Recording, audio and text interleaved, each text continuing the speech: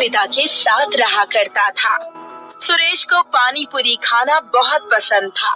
सुरेश और गांव के काफी लोगों को दूसरे गांव जाना पड़ता था।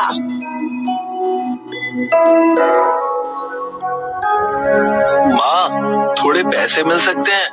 मुझे पानी पूरी खाने जाना है। नहीं, बिल्कुल भी पैसे नहीं मिलेंगे। 20 रुपए के पानी पूरी के लिए 40 रुपए खर्च करके पानी पूरी खाने जाते हो तुम। माँ, आप क्या कर सकते हैं? हमारे गांव में पानी पूरी वाला तो है ही नहीं। इस गांव में बड़े पहाड़ को छोड़कर और कुछ नहीं है। जब सुरेश अपनी माँ से ये बात कर ही रहा होता है, उतने में ही सुरेश के पिता वहाँ आ जाते हैं। बेटा, तुम जब देखो तब सिर्फ पानी पूरी खाने की ही बातें करते रहते हो। ये सब छोड़कर कोई काम धंधा क्यों नहीं ढूंढ लेते? मेरे हाथ खेती कर कर के घिस चुके हैं। हाँ पिताजी, मैं काम ढूंढ लूंगा। जब देखो तब आप मुझे ताना देते रहते हैं। अच्छा छोड़िए, थोड़े पैसे दे दीजिए। पानी पूरी खाने दूसरे गांव सुभाष नगर जाना है। बेटा, तुम कब सुधरोगे? सुरेश के पिताजी सुरेश को पानी पूरी खाने के लिए 50 रुपए देते हैं और सुरेश गांव के बड़े से पेड़ के नीचे जाकर अपने दोस्त रोहन का इंतजार करने लगता है। रोहन थोड़ी ही देर में वहां पहुंच जाता है। क्या हुआ? तुम इतने चिंता में क्यों लग रहे हो? अभी क्या बताओ रोहन, माँ और पिताजी दोनों ही काम ढूंढने के लिए दबाव बना रहे हैं। मैं काम तो करना चाहता हूँ, मगर कोई काम मिले तब ना। बात तो सही कह रहे हो। अब मुझे ही देख लो, मैं कब से काम ढूंढ रहा हूँ, मगर मुझे अब तक कोई काम नहीं मिला। खैर छोड़ो, जल्दी चलो, नहीं तो सुभाष नगर जाने वाली बस छूट जाएगी। हाँ, चलो। सुरेश और रोहन दोनों ही पानी पूरी खाने के लिए निकल जाते हैं और दूसरी ओर गांव का लालची जमींदार लखन अपने कामगार गुल्लू को अपने पास बुलाता है। बताइए, क्या काम आ गया मालिक?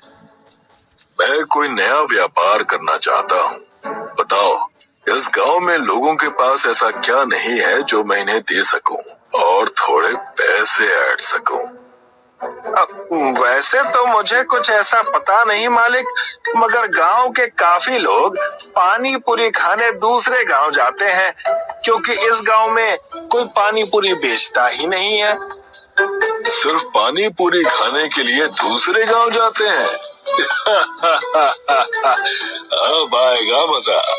जाओ गुल्लू, और पानी पूरी का ठेला तैयार करो और पानी पूरी बेचना शुरू कर दो। और हाँ, ध्यान रहे, पानी पूरी 50 रुपए के नीचे मत बेचना। समझ आई बात? मगर पानी पूरी तो दूसरे गांव में 20 रुपए की मिलती है मालिक। हाँ, मगर हम 50 में ही बेचेंगे। अब ज्यादा सवाल मत पूछो और जाओ जाकर तैयारी करो। गुल्लू पानी पूरी बेचने की तैयारी में लग जाता है।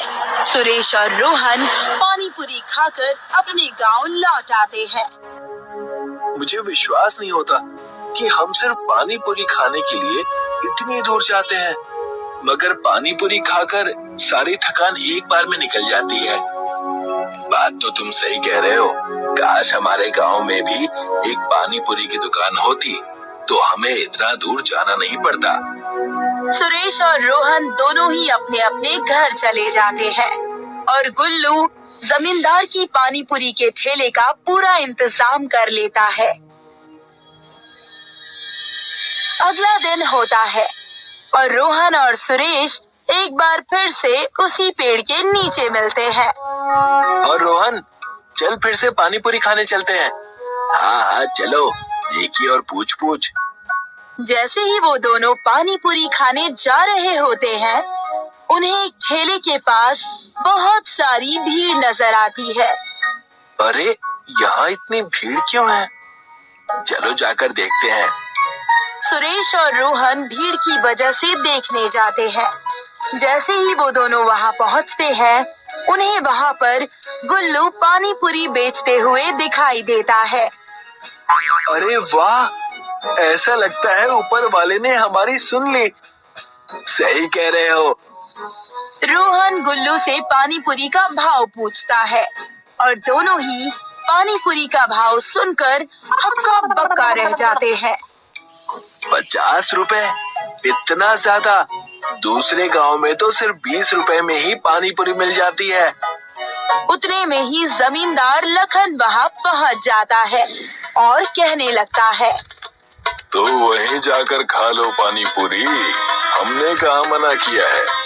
वैसे भी दूसरे गांव में पानी पूरी खाने के लिए भी 50 रुपए ही दे रहे थे ना, तो इससे अच्छा यहाँ दे दो, क्या दिक्कत है। अच्छा, तो ये आपकी दुकान है, तभी सोचूं कि ये इतने ज्यादा दाम में पानी पूरी क्यों बेच रहा है। कोई बात नहीं, हम भी हमारी पानी पूरी की दुकान खोलेंगे और गांव वालों को कम पैसों में पानी पूरी खिलाएंगे। जाओ जाओ, बस गांव में एक मैं ही हूँ जिन्हें बाहर के लोग पानी पूरी की पूरी बनाकर देते हैं। जरा मैं भी तो देखूं कि तुम दुकान कैसे खोलते हो। सुरेश और रोहन दोनों ही वहाँ से निकल जाते हैं और सोचने लगते हैं कि वो कैसे पानी पूरी की दुकान के लिए पूरी ढूंढ सके। तुमने जोश जोश में कह तो दिया, मगर हम पूरी का जुगाड़ करेंगे कैसे? हमें कुछ ना कुछ तो करना ही होगा, वरना ये जमींदार ऐसे ही लोगों से पैसे ऐंठता रहेगा। जब वो ये बात कह ही रहे होते हैं, वहाँ से एक बूढ़ा व्यक्ति बड़ी ही थकी हुई हालत में गुजर रहा होता है। पानी, पानी, कोई मुझे पानी दे दो। आप ठीक तो है ना दादाजी? रुकिए, मैं अभी पानी का बंदोबस्त करता हूँ। रोहन, जाओ, पास में जो भी घर हो वहाँ से पानी लेकर आओ। अभी लेकर आता हूँ। रोहन भागकर जाकर पास वाले घर से पानी लेकर आता है और उस बूढ़े व्यक्ति को पानी पीने के लिए देता है और उनसे पूछता है कि वो इतने थक हार कर कहाँ से आ रहे हैं।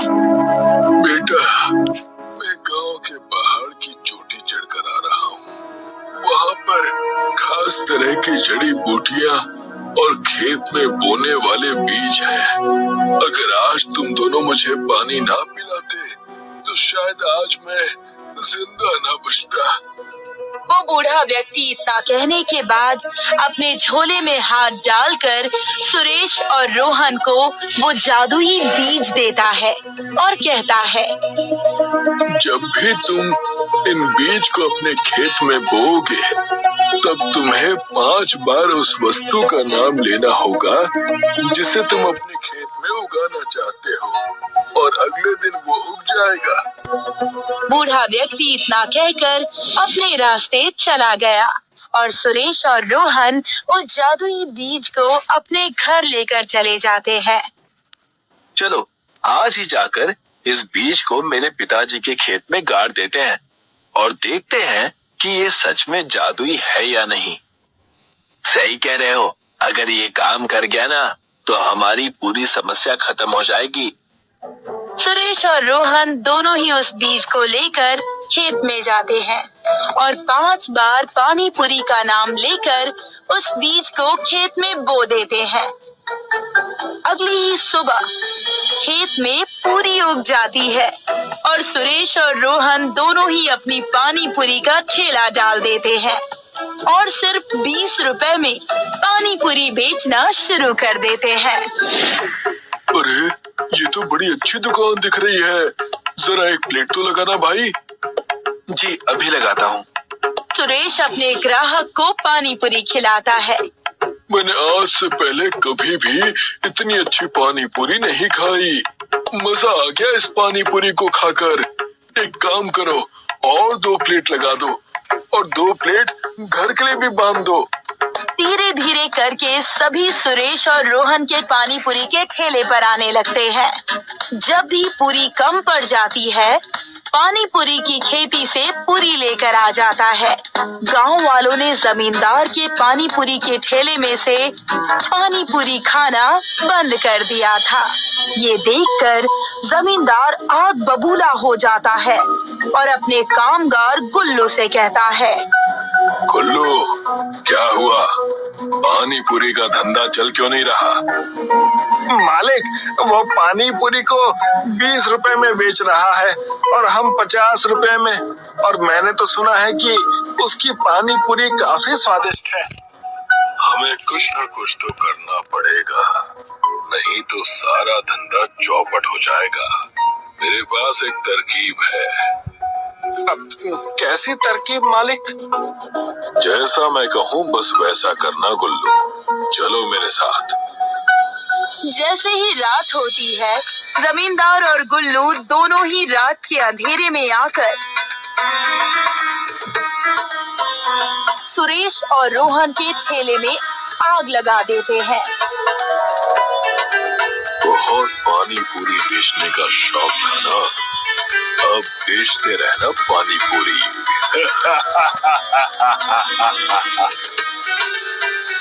अगले दिन जब सुरेश और रोहन अपनी पानी पूरी बेचने आते हैं, तब वो देखते हैं कि उनका ठेला तो पूरी तरीके से जला हुआ है। ये किसने किया? भला ऐसा कोई क्यों करेगा? ये पक्का उस जमींदार का काम होगा। हमारी दुकान की वजह से उसकी पानी पूरी की दुकान नहीं चल रही होगी और वो लोगों से पैसे नहीं ऐड पा रहा होगा। मगर मैं हार नहीं मानूंगा, हम फिर से एक ठेला लगाएंगे। सुरेश और रोहन फिर से ठेला बनाते हैं और अपनी पानी पूरी एक बार फिर से गांव में बेचना शुरू करते हैं। और ये बात गुल्लू जाकर अपने मालिक जमींदार लखन को बताता है। क्या उन्होंने फिर से अपना ठेला लगा लिया? जी मालिक, इनके ठेले पर आग लगाने का कोई फायदा नहीं हुआ। तो हम सीधा जड़ पर हमला करेंगे। मैंने सुना है कि सुरेश के पिता के पास एक खेत है जहाँ पर ये दोनों जादुई पानी पूरी की खेती करते हैं। ये तो मैंने भी सुना है, मगर आप करने क्या वाले हैं?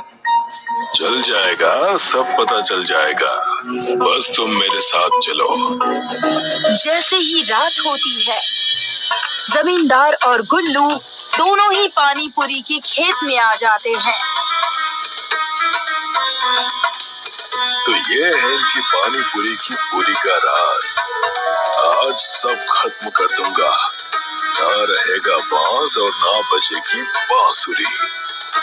जैसे ही जमींदार खेत में आग लगाने वाला होता है, उतने में ही खेत के बाजू में गड़े पेड़ की जड़ें उन्हें जकड़ लेती है। मालिक, आप बचाइए, मालिक आप बचाइए। अरे मैं खुद जकड़ा गया हूँ। पूरी रात जमींदार और गुल्लू फंसे होते हैं।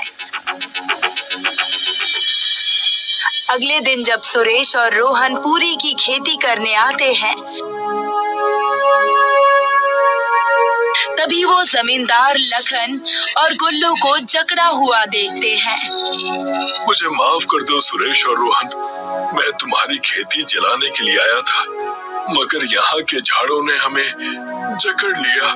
मैं तुम दोनों को आश्वासन देता हूँ कि मैं अपने सारे गलत काम छोड़ दूंगा और पानी पूरी भी 20 रुपए में बेचना शुरू कर दूंगा। ये झाड़ इन खेतों की रक्षा करते हैं। आपको अपनी गलती का पछतावा है, हमारे लिए बस इतना ही काफी है। जैसे ही सुरेश और रोहन जमींदार और गुल्लू को माफ कर देते हैं, वैसे ही पेड़ उन्हें छोड़ देते हैं।